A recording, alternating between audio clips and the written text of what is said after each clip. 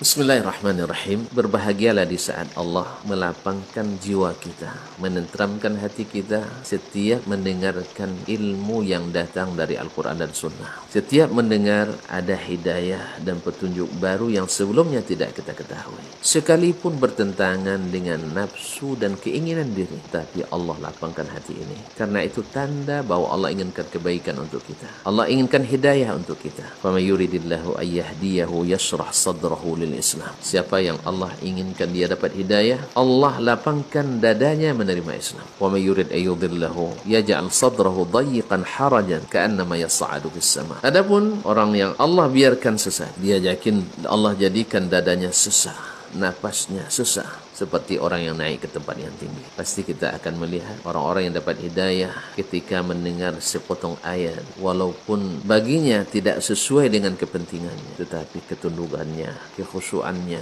membuat dia segera bertaubat. Mungkin kita pernah mendengar seorang penyamun besar di Irak yang setiap pedagang kafilah dagang akan lewat ketakutan. Fudail ibn Iyad, Abidul Haramain Alimul Aramain, seorang ahli ibadah di dua tanah suci.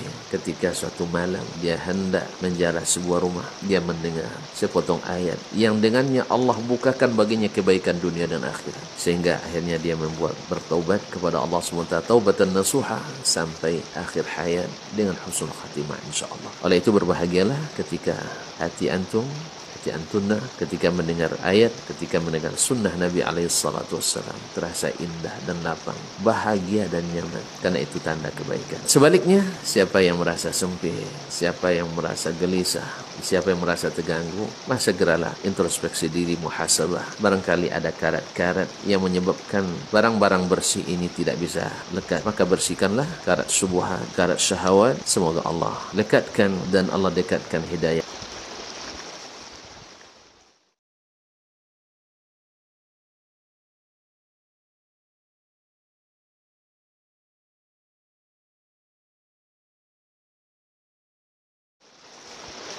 Adam alaihissalam mengucapkan fatalaqa Adamu min rabbi kalimatin fataba alaih. Kalimat yang dia dapatkan ini adalah Rabbana zalamna anfusana wa illam taghfir lana wa tarhamna lanakunanna minal khasirin. Ya Rabb kami telah menzalimi diri kami, dah mengakui. Hingga sifat manusia, pada asalnya manusia itu mau mengaku bila berbuat salah. Sifat asli manusia adalah bila bersalah mengaku dan bertobat. Bila ada di antara kita yang tak mau mengaku dan bertobat, jelas salah, berarti ada masalah, berubah dari tabiat asli. Mungkin terpengaruh oleh iblis, syaitan yang tidak mau mengakui kesalahan. Dia tegur oleh Allah SWT. Kenapa kau tak mau sujud? Dan ini perintah aku. Kata dia, ana khair minhu. Saya lebih baik dari dia. Subhan.